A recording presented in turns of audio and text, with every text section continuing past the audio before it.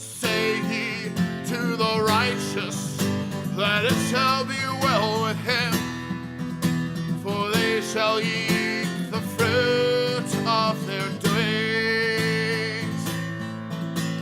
Woe unto the wicked, it shall be ill with him, for the reward of his hands shall be given him.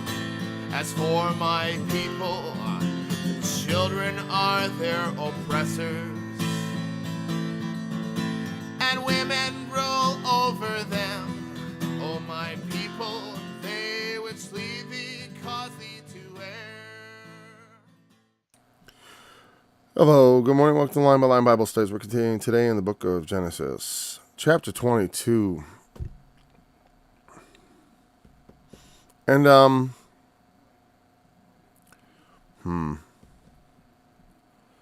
So, I kind of wanted to read back again the whole chapter because it's the story of Abraham and Isaac and the sacrifice. But, really, since our focus today is going to be on the next chapter, and I may have one or two more things just to say about that. Or I had thought I had them, but it's not occurring to me right now, so we'll just move on. And it came to pass after these things, and we're going to pick up at verse 20, obviously, and we're going to just read through 23.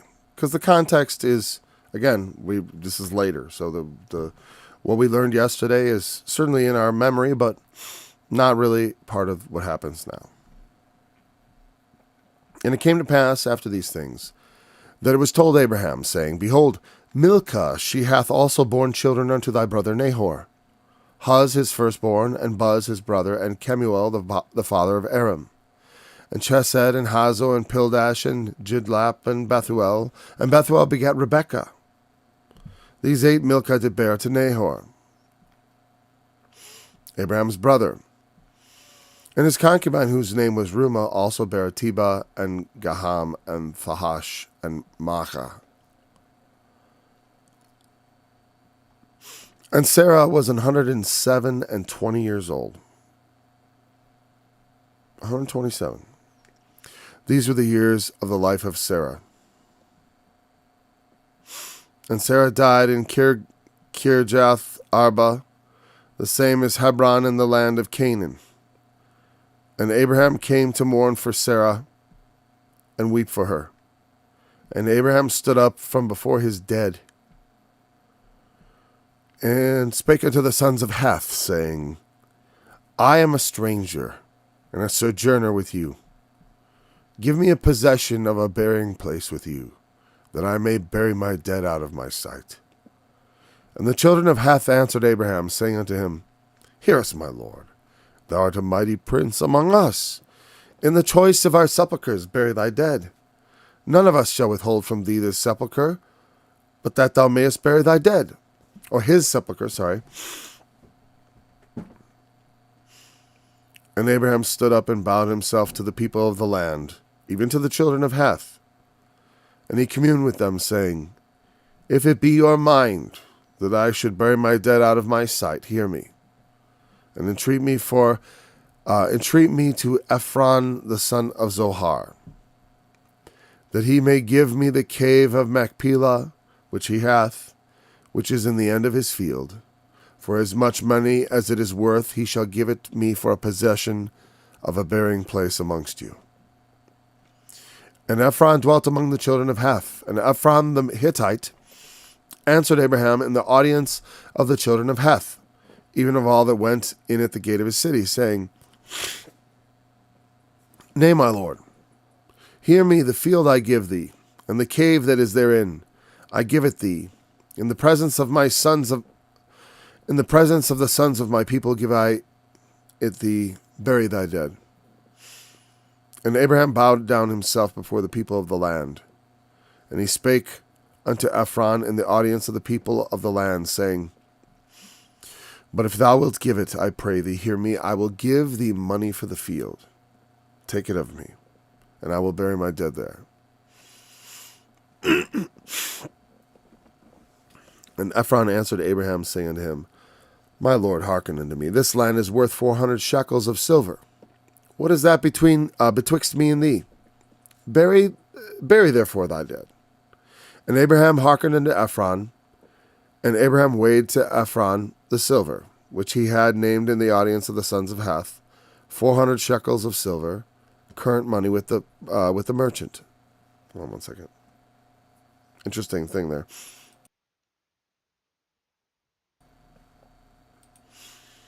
All right, with the merchant. Okay. And the field of Ephron, which was in Machpelah, which was before Mamre, and the field and the cave which was therein, and all the trees that were in the field, that were in all the borders round about, were made sure. Something wrong there. Okay, the verse is in the middle. Okay. Sure unto Abraham for a possession in the presence of the children of Heth, before all that went in at the gate of his city. And after this, Abraham buried Sarah his wife in the cave of the field of Machpelah before Mamre. The same is Hebron in the land of Canaan. And the field and the cave that is therein were made sure unto Abraham for a possession of a burying place by the sons of Heth. You know, sometimes I wish, as I read passages like this, that I did, because I do love geography and history and things like that. And I wish I had a more detailed knowledge of all the places that are described here, like the field of Machpelah. Is this known? Is this, or suspected or tradition? Because many of the places in the Bible are known, but many are unknown. Like, in my Bible, the companion Bible that I often used to study from, he would list, like, at least at the time, what the thought, now tell da-da-da in Syria, or now this and that, and he would identify them as much as they had been identified them. But some places were not identified at the time and never have been. I don't know where all those places, I don't know by name even as I go through, like without some sort of aid, and I'm not using those aids. Because like I said, watching me read from a study aid would be not very, I don't know. To me, like, that sort of information, like I said, that's the sort of thing, like, if I'm really interested, I could look it up. I mean, if I am interested, but it's like, I don't think it's primary. But it's the kind of thing, like, if I went to tour the Holy Land, for example, I'd want to bring a list of places to ask about. Or I'd be looking into that. Because it would be definitely cool if I could, because I have a pretty good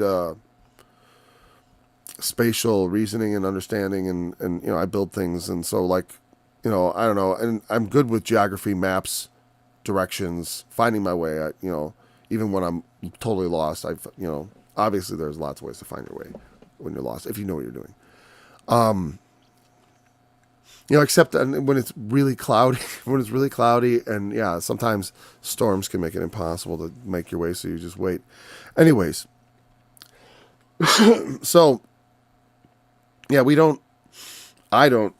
don't know a lot of those places, but it would be cool to be able to describe the hills and like the fields and all those different things. So after Abraham had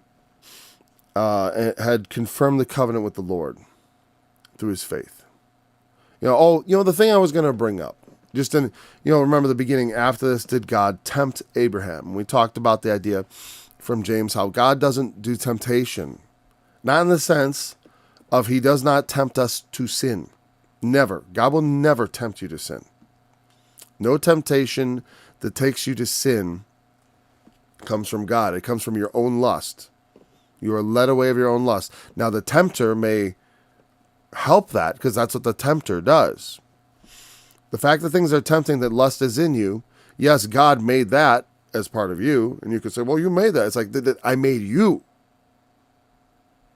If I don't make you, I can make someone better, but that's not you. I'm a temptable creature. I'm a base creature. And that's why we need redemption through Christ, and so that's something I think I look at with thankfulness and gratitude, not with skepticism and hostility, which is, honestly, it's funny because so many people sort of do. Anyways, because, again, people don't want to live under God. They see that image of God and they say, no, I want to do whatsoever I will. And then they look around them and God doesn't seem to be an audience. And so they begin to do whatsoever they will, and I don't know to what degree I wouldn't have pursued that. I mean, what I will is not so bad, but, but it's certainly not what God wills, I'm not horribly monstrous, but compared to the Lord, I'm beastly, that's for sure. I am a beastly creature. So, God's testing is to get us to do right. As I said, when the Lord tempts you, he's tempting you to righteousness. He's tempting you to obedience. He's tempting you to faith. And also when God tempts you, as Abraham, as anyone God tempts, it is for your,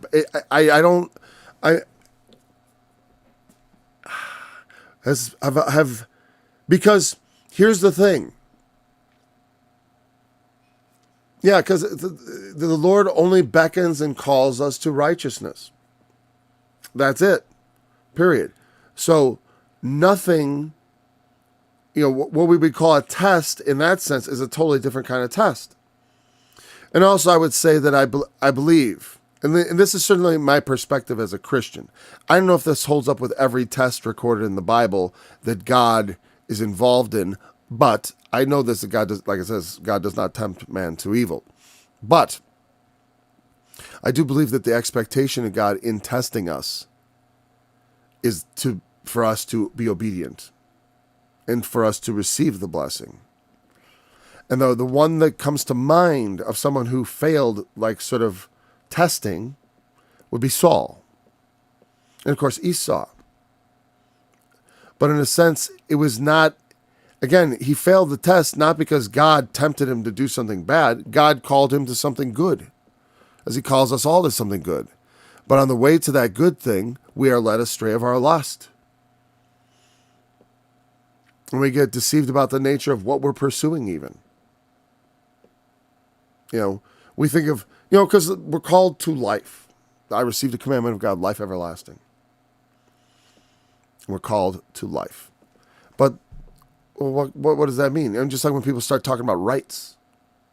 Rights. I got a right to this, I got a right to that. Well, you can't have a right to everything, because that runs over the rights of others. And there's all kinds of intersections and things like that. Same thing with that.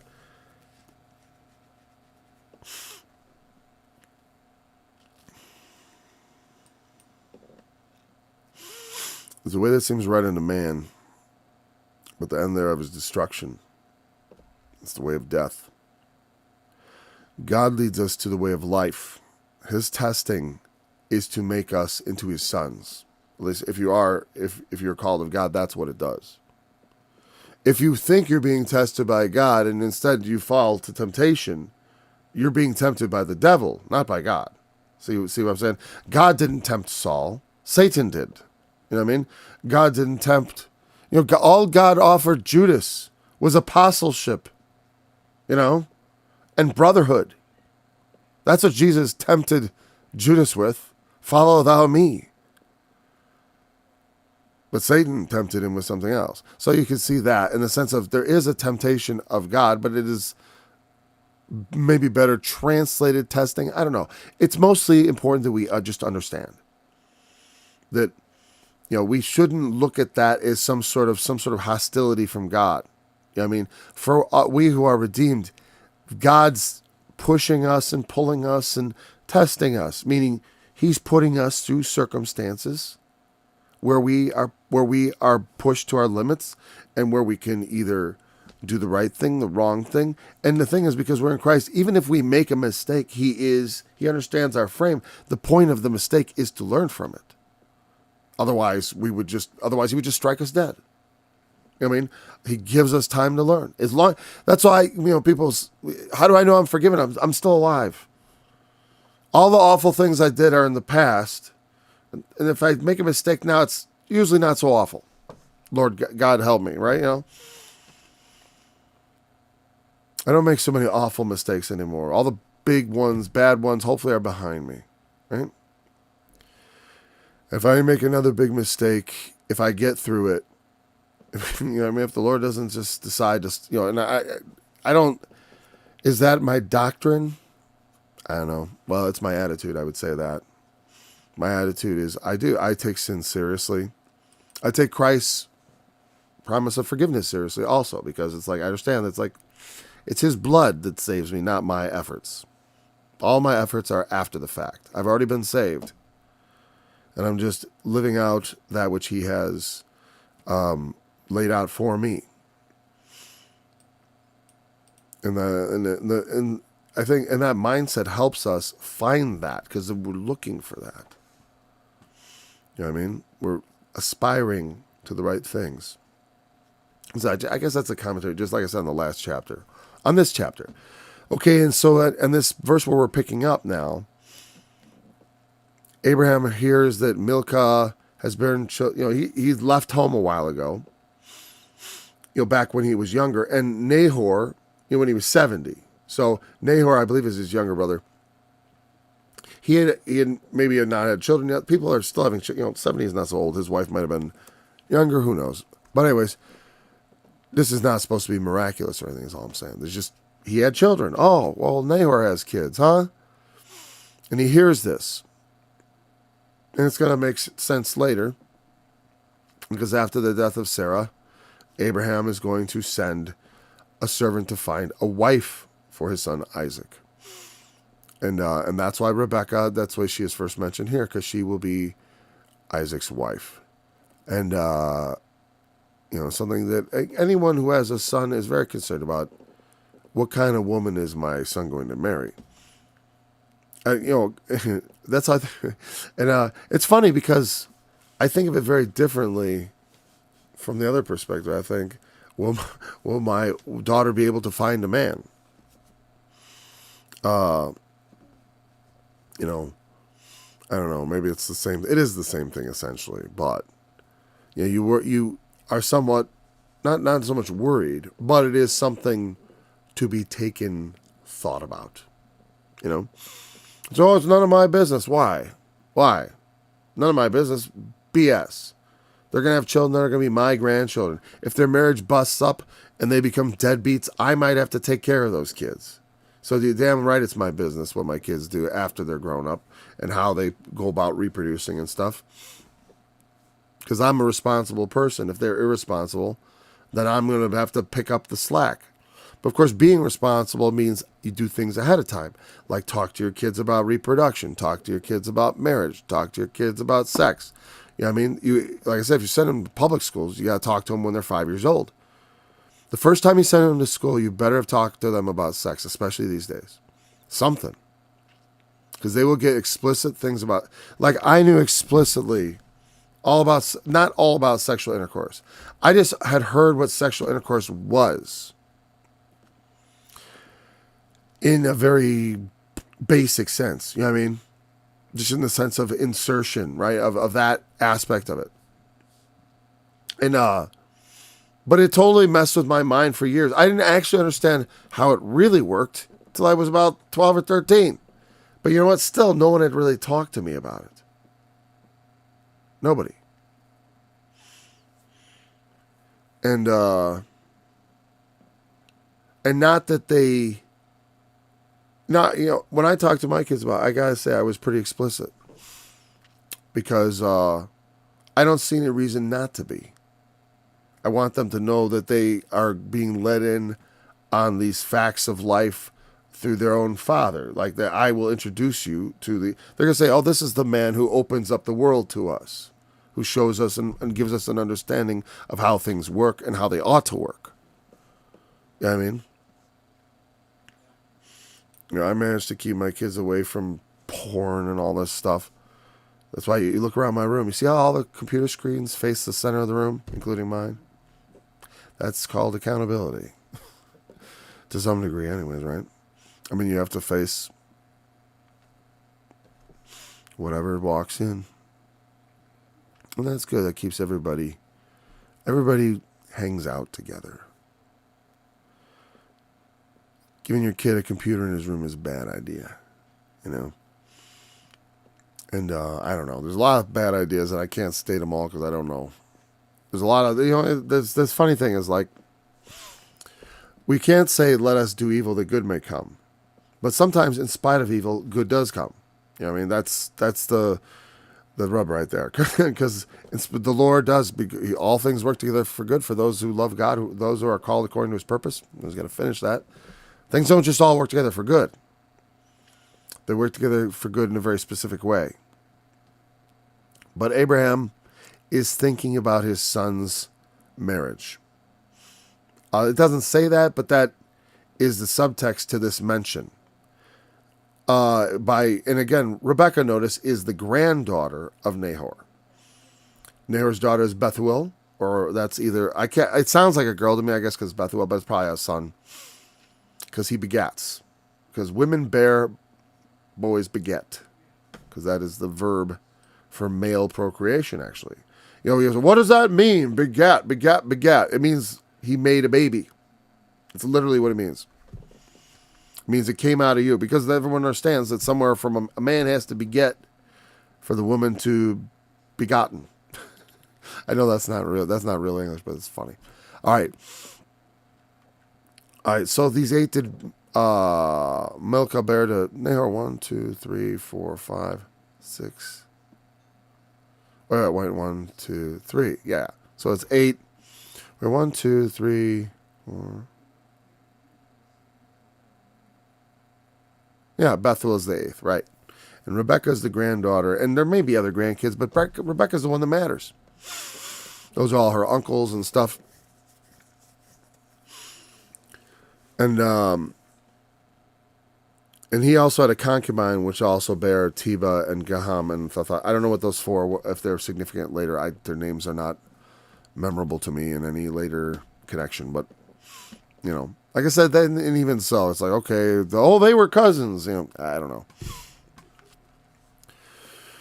So she was 107 and 20 years old. 127.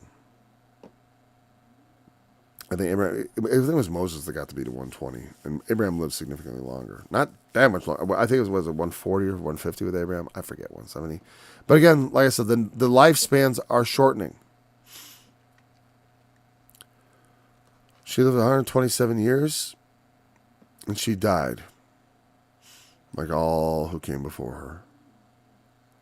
Kirjath Arba. The same as Hebron in the land of Canaan. Again, now, Hebron has to be a later name because it means Hebrew. You know, until the Hebrews were dwelling in Hebron, the Canaanites probably call it some other place. That's a supplement from the future. Again, it could be just an interjection. You could see how this, let me show you, like something like this, and this is documented to have happened in the past. This could be a marginal thing. It was written in the margin, like Kirjath Arba. Abraham came to more for, like, that could have been the original verse. It just ended there, right? And then the margin, someone wrote, the same as Hebron in the land of Canaan, because that's what it became. Well, over the years, as they copy the manuscripts, maybe someone just copied it through a mistaken understanding of what that meant, meaning that it was an editorial. And there's documented cases in the New Testament of such things happening, of bits of text that were actually marginal things that had been written there creeping into the text.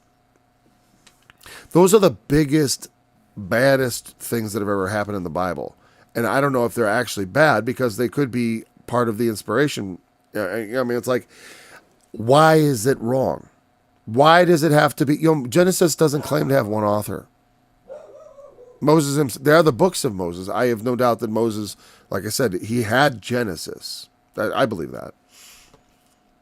Now, whether or not it was fully Genesis, or like I said, or like a proto-Genesis that got a little things like that, and that's only natural. It's not even a big deal. I understand how that interferes. You know, I mean, to know that is to be forearmed against people that will, you know, because sometimes people like to live in denial of certain facts. And then if it was, because that's one of the things that I said when I was losing my faith when I was younger, I was looking at books, and I was afraid to read them, and I knew that was not good. I'm like, I was afraid I was a book away from having my faith destroyed. So I was holding on there. I'm like, maybe I shouldn't get too deep into this, because right now I'm having a lot of issues with God's reality. Of course, that all changed, right? There's lots of reasons to have faith, but the best ones are the ones where you encounter God. And I know a lot of people. I know several people. I don't know if they still listen, but have listened in the past. I know it's your encounter with God that brought you to Him. Not to me, purpose to say, but to Him that brought you. You know what I mean? That's why you believe. You saw the Bible and it was confusing, right? Some people are converted right by the scriptures, right? Because there are some amazing things written in there. But the nitty gritty of it is, on some level, if you're completely dependent on the book, you want to understand it. You don't want to be a child in your understanding of the book, because that can lead you to, again, like I said, you put out this childish, one-dimensional way of looking at the scriptures. It's very wooden. It's very, Moses was like sitting there with his eyes closed and God moved his hand and he wrote the book of Genesis. Okay, if that's what you think it is, then it's like there's not, and it's never been changed since. It's all perfectly maintained because God wouldn't let that happen. He wouldn't. He allowed his son to be crucified, but he wouldn't let a little bit of text creep happen to the Bible. Okay? But there's documented cases. And if you believe that, and then you can't look at the documented cases, or you have to deny them, or say, no, that's false, or some kind of conspiracy, or I don't know what. I don't know how they would deal with that. Well, like I say, it wouldn't have been called Hebron in Abraham's day. That's why. That's not part of what Abraham, the message that Abraham transmitted to his son and his son's sons, that Moses must have known to some degree about the Abrahamic promises. There's no way. Of course, because he wrote of them. Now, God could completely reveal all that history to him, but that's not the way it's presented. I am the God of Abraham, Isaac, and Jacob. They knew who their fathers were. They knew where Joseph's bones were.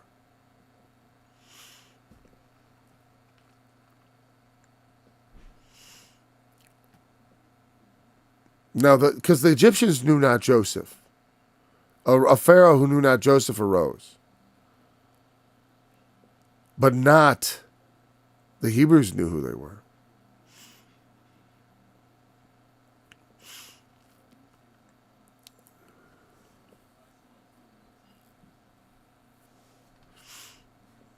And if you know anything about the way the Egyptians keep history, the fact that there's not much in Egyptians about the Hebrew slaves rising up and bringing plagues, and it's like they write of their glories, not of their humiliations. Only the Jews bothered to do that, and that's only because they had the prophets of God to say, well, here's what happened to them.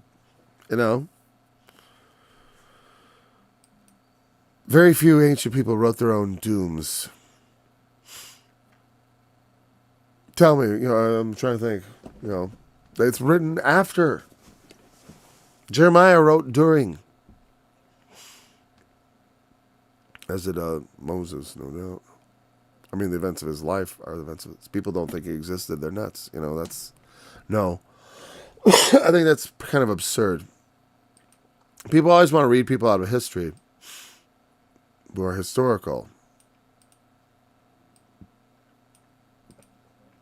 I mean, the history isn't written like a Greek legend. Moses never descends to the underworld. God comes to Moses. There's a significant difference. All right, so anyways, this chapter is pretty straightforward. I'm going to spend a lot of time just riffing on the themes. His wife is dead. And he has this, he wants to bury her out of his sight. Whenever I read that, I was thinking about that. It makes me think, is that just the way you say that phrase? I got to go bury them out of my sight. That's how you describe burial? I mean, is that his idiom, the way they speak? Or is he saying something that's worthy of remark even in his time? He's saying, I want to bury her where I can't see her. But that's what we all do to all bodies, right? Yeah, I mean, we put them out of sight. We don't want to be continually confronted with the dead. That's why we bury the dead, because we do not want to be confronted with their death. Usually, most cultures, right? Some cultures do. They leave the dead laying out and keep skulls around and stuff, and they usually do a lot of other stuff that probably people shouldn't do. Like if they know what's good for them, not if they're looking at the image of God properly. But again, that often has to do because they corrupt that image. And so, the children of Heth. I forget who the children of Heth are. There was someone, doubtless, who they're descended from, but that they are, I assume, a particular family group of people. Meaning they're Canaanites or whatever. We could probably. All right, I'm gonna look up Heth instead of being. Am I calling it lazy? Nah, I'm just kind of curious, I guess. I don't want to be totally incurious. I was curious. I'm like, what other mentions do we have of Heth? Oh, great. That's not right. That's hundredfold. That's funny. Heth. We'll go for the, let's just start with Genesis. Of course, this is going to give me every result of heathen also, which is unfortunate. Okay, Japheth. Okay, Japheth gets rung into this. This is going to be a very inefficient search. But the children of Heth, I believe, let me see, just double check. Okay. Look at it. It was Canaan begat his firstborn, Sidon, Tyre and Sidon, and Heth. Heth is the secondborn. And then comes the Jebusite, the Amorite, the Girgashite, the Hivite, the Arkite. A lot of those people are the people. I don't remember if the children of Heth were condemned with the rest of the Canaanites. I'm just curious about that. When later on it goes like, even though you're going to conquer the land of, let's look at Joshua. I'm just curious. Reacheth. It's kind of difficult to deal with that. Weather also draws us in. I wonder if I need to go phrase.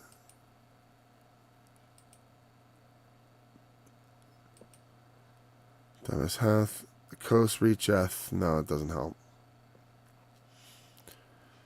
Anyways.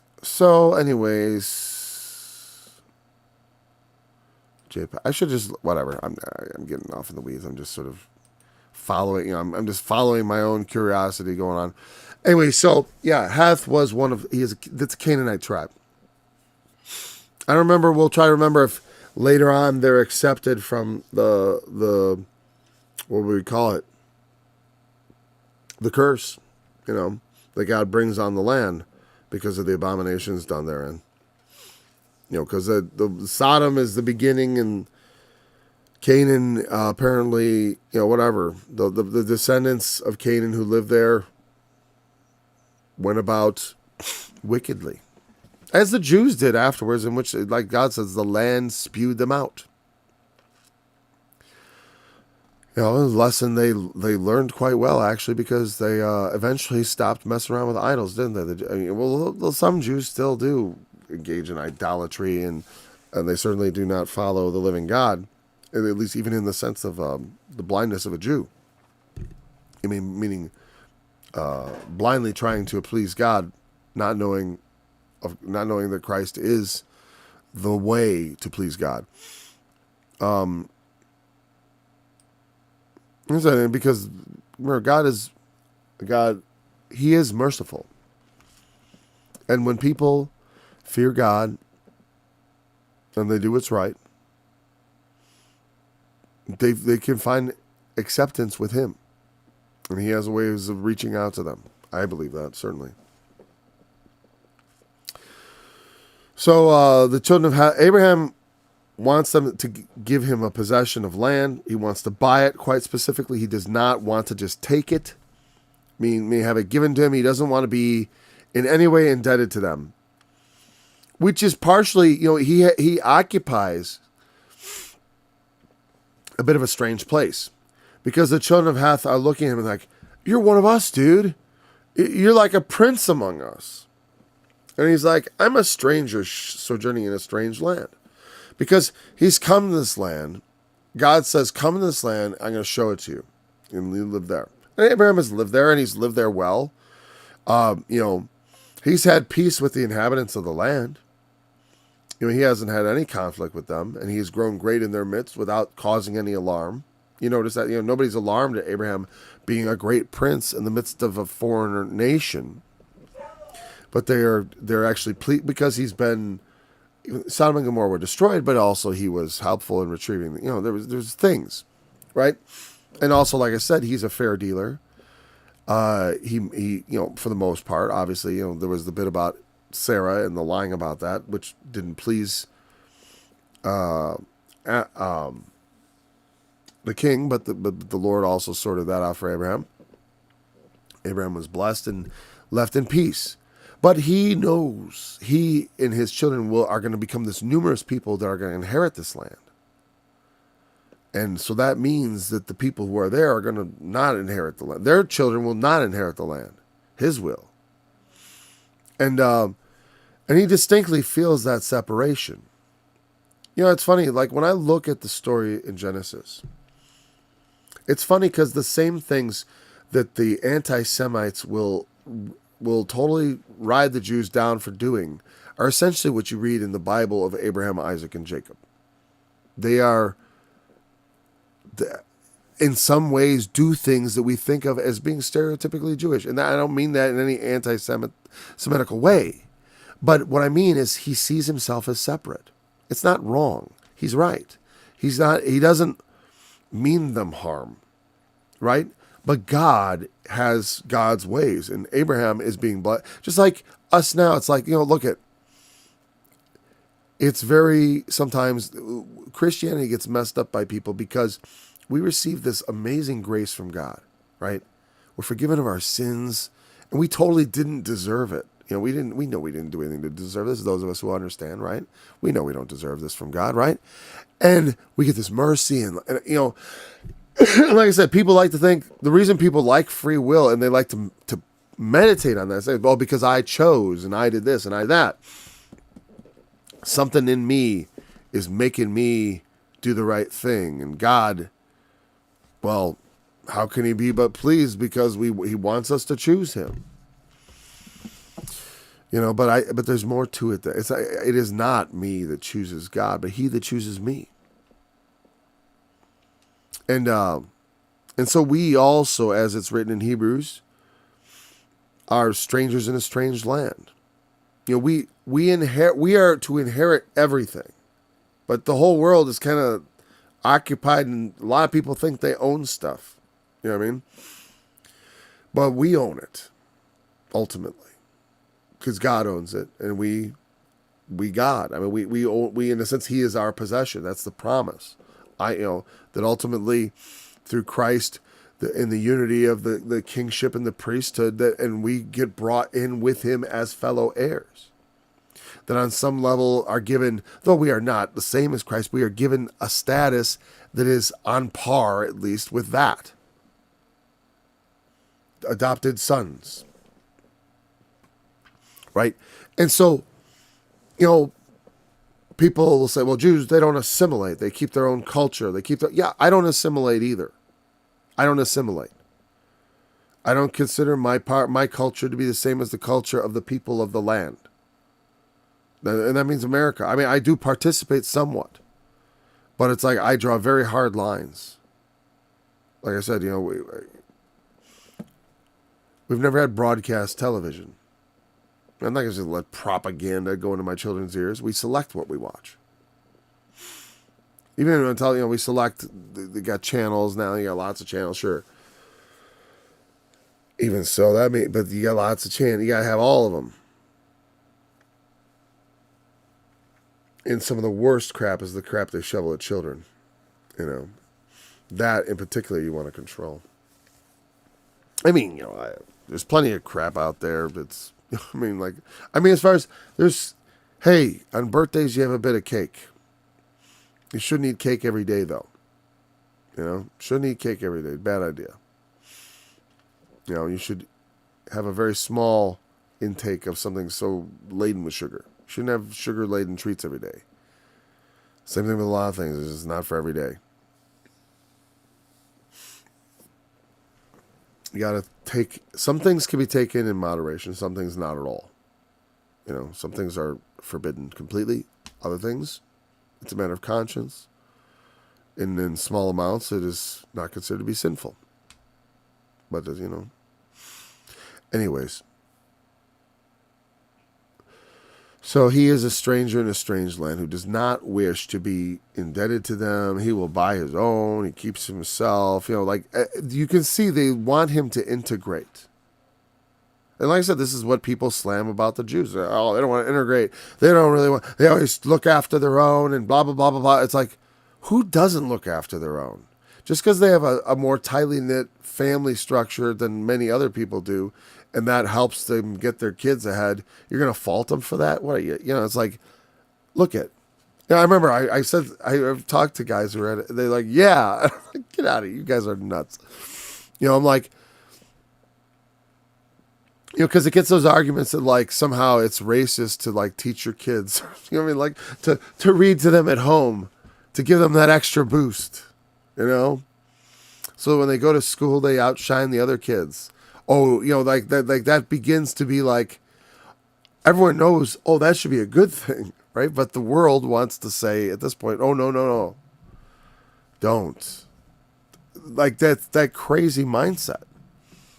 That says, don't let anyone get ahead lest others be jealous. But, sometimes zeal is a nice motivating thing.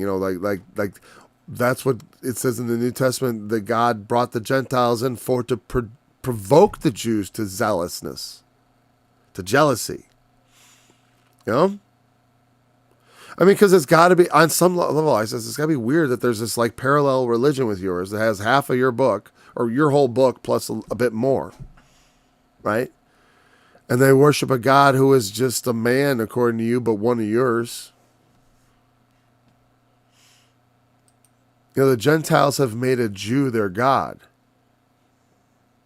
That has to strike them as at least thought-provoking. If God opens their eyes to the thought, and it does, no doubt. I get ads all the time about, we're the Jews who are trying to help Israel. It's like, God bless you, like I said, it's don't boast against the branches. Don't, and certainly do not engage in, certainly you shouldn't, well, here's what I would say.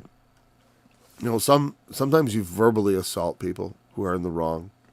Like the FDA, the NIH, the CDC, the big pharma, all those people need to have severe words thrown at them, condemning them, and bringing them to justice. And justice should be served lawfully, as God has ordained. No one should go take it upon themselves to do violence to other people. That's not what Christ has called us to. But it is clear from the New Testament that the state still serves that role. It must serve that role. But for good, not for evil. That's one of the things. It's supposed to serve for good, to punish evildoers, not to punish, or to get justice wrong, in service to equity, making things equitable based on past injustices, because that's revenge. And God says, no, to me belongs revenge. You don't take revenge on the children of the people who sinned. That is just abominable.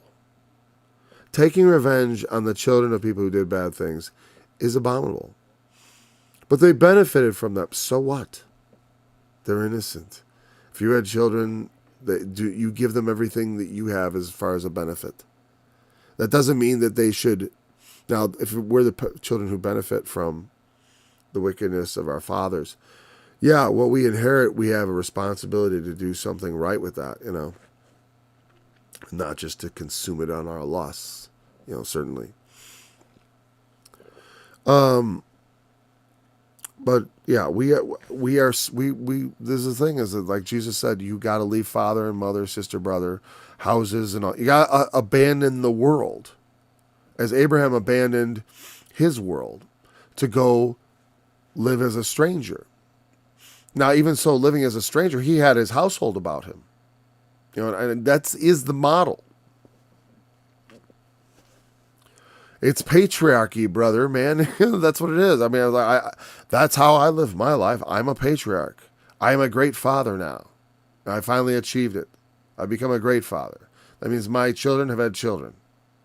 And thus it begins. I've just become one. I'm not 50 yet, but I'm getting there.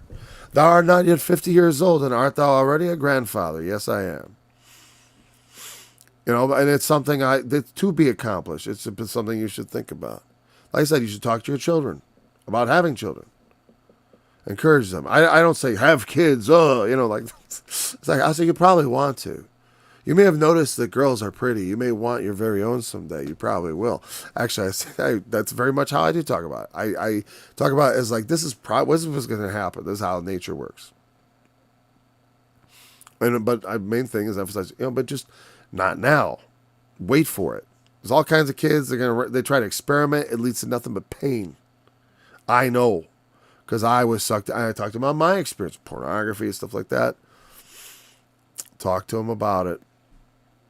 To be forewarned. They're like, I don't want to fall into. My dad says that was a trap, and he's the guy who reveals things to the world to me that are useful and helps me be strong and helps me be wise. So I'll listen to that. But if you pollute your authority with all kinds of stupid rules, like no jumping on the couch, what are you? I'm just kidding. Though excessive jumping on the couch is like, hey, don't break the couch, right? But a little bouncing around, hey, kids are kids. I just use that as an example because like I said, if I were to blow my top over them jumping on the couch, or to make it such a hard rule that any bouncing at all, or I don't know. I just use that as an example because I care more about obedience to moral commandments than to little things about my house. One time there was a blow up because a kid was destructive to property. And I was destructive to property as a kid too. I don't know why. Sometimes boys just get this in them to just carve stuff up. It's just sometimes it's in the blood, And it's part of our curiosity about how the things work, right? And so they do. Anyways, but like I said, and then you gotta sometimes say, okay, we don't do that. We don't destroy things there is there is an important lesson there, to value, to be a good steward of what God provides. That is an important part of what we do. But we don't want to overemphasize the care of things over the care of others, because it is the nurturing and caring of other people that is a much more important trust we've been given, as far as doing right with the gifts God has given us. What does he care about? Cattle and what does he care for? Pianos and guitars, because of the very things that were destroyed both by me and my son. Not destroyed utterly, but damaged and marred, right? But the kingdom of God is not pianos and guitars. It's righteousness, and peace in the Holy Ghost. And the other things which are slipping my mind. That's all right. I don't have to remember every verse all the time. Forgive me. But, yeah. So we are different. Abraham was different. The Jews still live different. They're being obedient to the faith. It's like that whole, they look out for each other and build each other up. Oh, really? They do? Oh, they help each other get jobs and get forward in the world. And they only do that for their family members. Oh, really? Well, this is shocking behavior. I gotta say, what wicked people. It's like, come on. You should take, the Jews, this, well, why don't you do that for your loved ones? Why don't you do, is this maybe an exhibit? This is an exhibition of a winning formula. Abraham does not mingle with those people because they are idolatrous. And there was still, Abraham encounters God, but we're going to see when he goes back, there's some idolatry still in the family because it's just in the world. People don't know how to worship God, so they start making up ways to worship God. Men start calling on the name of Yahweh when they still knew who he was. That's the thing, is Yahweh was being called on in the antediluvian period, so they knew of him. That's one thing Moses didn't know. That's interesting. He knew the names Abraham, Isaac, and Jacob, but he didn't know the name of their God. Remember, he was like, "Who shall I say sent me?" They forgot God, but God did not forget them. Isn't that fascinating? Because Moses, maybe he forgot God, but he had the image of God. When he saw that Egyptian beating a Hebrew.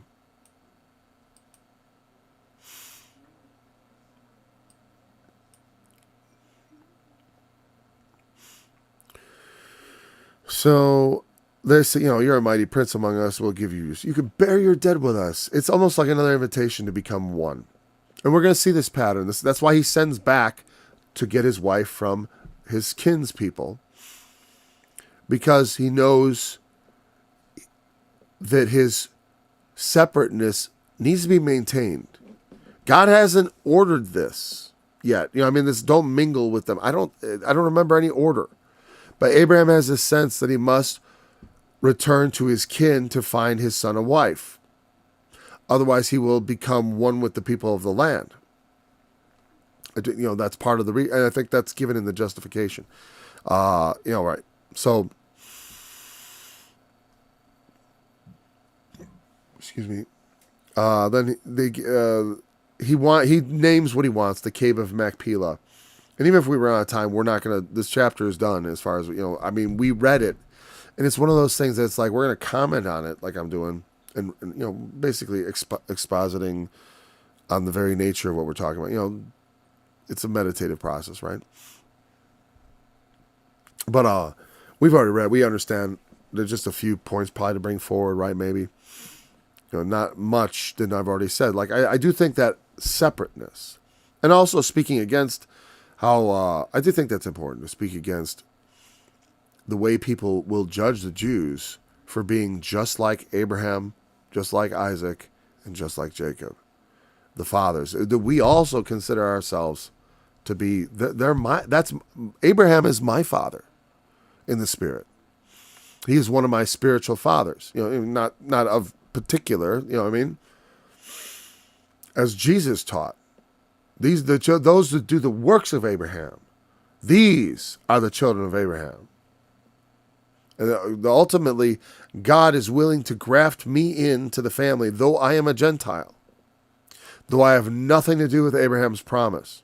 Through Jesus Christ, through the veil of his flesh, my flesh, being not of Abraham, becomes of none effect. And I enter into the Spirit, because that is what truly pleases God, because God is a spirit, and they that worship him must worship him in spirit and in truth. The flesh really profits nothing. It can only profit a little while, fleshly things, because it's a temporary thing. There's nothing you could possibly do that's going to profit. Like fleshly profit is by nature limited. It's obvious, right? Time runs out, we die. We're all dying. Everyone you wish dead, they're dying. It's okay, they're dead. They're going. We're all going to die. All right, so the guy says, I give it, right? Bury your dead, I give it. He says it, notice he says, does he say it 3 times? Yes. That's a very traditional kind of thing. Like one of the ways to traditionally divorce a woman is to say it 3 times in a row like that. I divorce you, I divorce you, I divorce you. You can hold off on that third one. That's the one where you mean it. You said it 3 times. It's like legally binding. It can be. And this is also kind of like, hear me. The field I give you, the cave that is therein, I give it thee. In the presence of the sons of my people, give I it He says it 3 times, which is a very, like I said, it's traditional way of saying it's yours. You know, he's and without, it's like the handshake level of a contract. You know what I mean? But Abraham wants to own it. He wants to pay for it. It's going to be there in their midst. He wants a place in their midst to bury his dead. He does not wish to take her back to the place he left. He's sojourning in a strange land, oddly, you know, buying land there and not, you know, not joining with the people, but still being a stranger, but still burying his dead there because it's his. It's his inheritance that God has given him. So he buries his wife there. They don't know this. He doesn't go around saying, like, I'm going to inherit all this. My children, they're going to be as numerous as the sands of the sea, and your children are going to be extinct. But that's the truth. And he bowed down himself before the people of the land. That phrase, the fact that it says it here, it's, to me, worthy of remark. He bowed down himself before the people. It almost sounds like an accusation. Or like it should be. Like, don't do that, Abraham. Don't bow down before the people of the land. Don't you know who those people of the land are? Like, here, I'll show you what I mean. Let's just look at that phrase in the Bible, in the Old Testament. 55 occurrences. He bowed himself to the people of the land. I'm going to move this over so you can see what I'm looking at, because I just want to look at the quick stuff right there on the right. 55 results. Let me move this up a little so you get maximum screenage there. Okay. And then Genesis 23, then 42. Joseph was a governor over the land, all the people of the land. But there's later on, only rebel ye not against the Lord, neither fear ye the people of the land, for they are bread for us. We're going to eat them up. Their defense is departed from them. The Lord is with us. Fear them not. Numbers. And the people of the land do anyways hide their eyes from the man when he giveth of his seed unto Molech. And kill. So again, talking about giving the seed to the Molech. If anyone gives any of his seed to Molech, I mean child sacrifice to the fire god, he shall surely be put to death. The people of the land shall stone him with stones. Well, that means the people of Israel. But again, the people of the land refers to the people of Canaan. He bowed himself to the people of the land, who are later, like I said, yeah, some of this stuff is like indictment of the children of Israel. I guess I'm thinking of the phrase from in the prophets when it says, it's actually quite a common phrase. Darn, 55, but that's a lot. Against all the people of the land. Anyway, so, but because I said, I think it's because of the nature of because these are the sons of Canaan. These are the cursed children.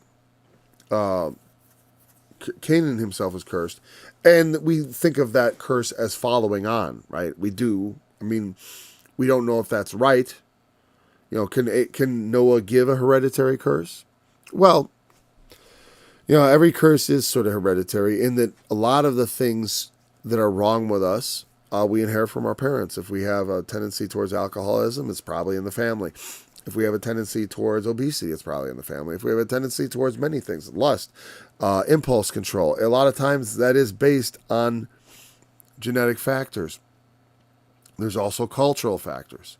We grow up in a particular culture. Like I was saying, I raised my children in a stranger in a strange land type of a culture.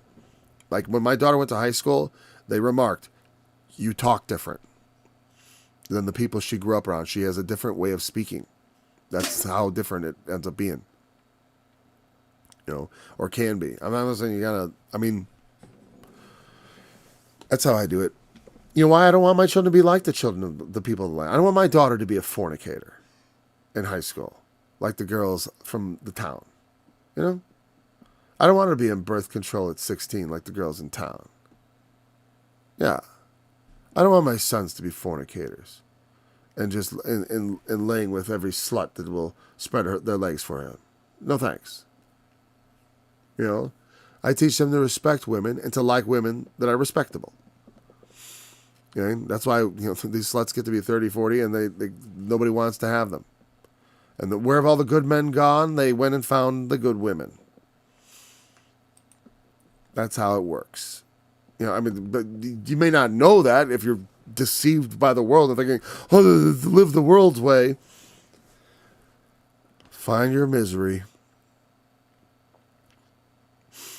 So those are the people that do eventually get, these are the people who he's here to replace. And somewhere deep down, he knows this. Like I said, and he keeps himself separate. But he says, hey, it's worth 400 shekels of silver. What's that between me and you? And Abraham, in a very unstereotypical way, does not haggle, pays the full price. Okay, right? I had to throw that in. That's not stereotypical, right? No, he pays it. He didn't say, 400 shekels, what are you trying to do? Put me out of my home? 100 at the most. He's got to start. No, he pays full price. And also, granted, the guy is probably willing to give it to him, so he may be giving him a very lowball price as far as just what would, he'd just as well give it away. But, going rate, about 400. Not trying. I assume he's not trying to mark it up because I think God would have smitten him. It would have been like Ephron, upon asking this, died because he was cheating Abraham, and the Lord knew it. Abraham is honored among them. Even if they don't know God, they honor Abraham. Because that's the thing, is like, surely God is with you. That's been said over and over again. It's always been a great comfort that people have said that to me. I can tell God is with you. I'm like, you can? Thanks. Sometimes I'm not sure. It's been true. Sometimes I wasn't sure. I'm never totally sure. I always have doubt. Because I'm just that way. My faith has holes in it. That's all there is to it. It's like, I try, but I will bail water and please the Lord nevertheless. Because like I said, it's not how much faith you have, it's what you do with it. You know what I mean? Because you only need mustard seed level faith, which is not much, I've already moved God with my faith, my tiny bit of faith. So I know it's like, I got enough faith. I got enough faith to move God. And that was almost nothing. I mean, almost no faith. Faith wrapped in doubt moved more than a mountain. No, I love preaching that message to people. Because I'd let you know, it's like, don't worry, it's not your faith. It's not your faith. It's the Lord's good time. Be patient. Wait for him. He will come. He always does. Those who patiently wait for him do find him. I guarantee that. So, yeah, current money with the merchant. That was an interesting thing. I thought that was an interesting turn of phrase. And I think that meant, like, according to... I think what that means is, like, well, throughout history, money gets messed with, right? It's 400 shekels current money. Maybe later on, there's different money. It's like, 400 shekels. What? That's like nothing. Are you kidding? Right? It's like, when you buy, right? It's like, I bought this land for 100. It's worth millions. It's like because of inflation. And perhaps that didn't seem like a large price later on. And so, but that was the number. I don't know. Or maybe it seems small, big. I don't know. But it was just current money. Meaning that was of the time. Like I say, my dad used to say he used to get a pack of bubble gum for 5 cents. I tell my kids I used to get it for 25 cents. They'll tell their kids I used to buy a pack of bubble gum for $1.25. And their kids will say, what's gum? I hate saying that.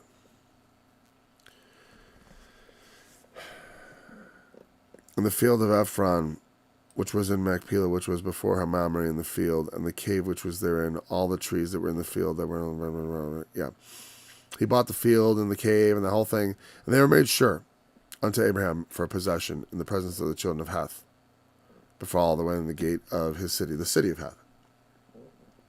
That's where he was in the plains. The cave of Machpelah and the before Mamre, we've been in there before. I wish I knew. I wish I could describe it. It's a beautiful place. I don't know. And plus, it was different in Abraham's day.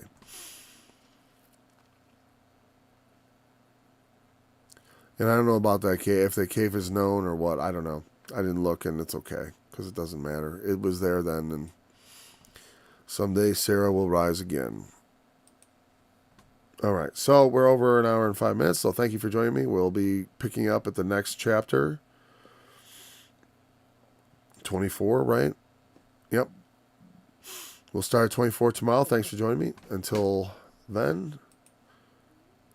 Say ye to the righteous that it shall be well with him, for they shall eat the fruit of their doings.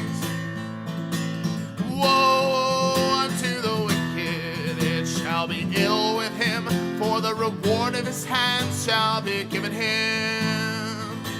As for my people, children are their oppressors.